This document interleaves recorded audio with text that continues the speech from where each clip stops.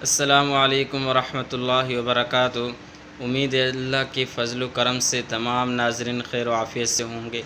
آج کا ہمارا موضوع بہت قیمتی اور اہم ہے، وہ یہ کہ جو ذی الحجہ کے بابرکت ایام چل رہے ہیں انہی کے متعلق خاص وظیفے آپ حضرات کی خدمت میں پیش کر رہے ہیں۔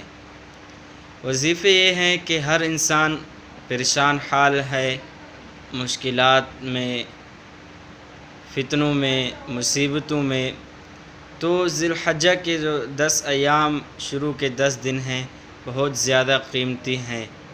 اگر آپ جو باتیں آپ کو کہی جائیں گی ان پر عمل کریں گے انشاءاللہ اللہ رب العزت آپ کی تمام پریشانیوں کو دور کر دیں گے۔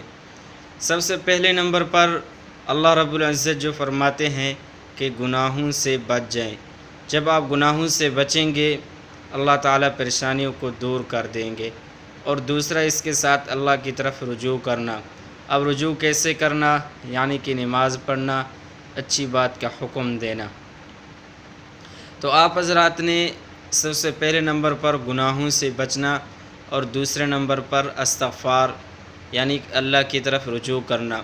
انشاءاللہ آپ ان دو باتوں پر عمل کریں گے، انشاءاللہ تمام مشکلات چھوٹے بڑے تمام کے تمام آپ کی زندگی سے ختم ہو جائیں گے اور اللہ تعالیٰ آپ کو یہ بابرکت ایام نصیب فرمائے۔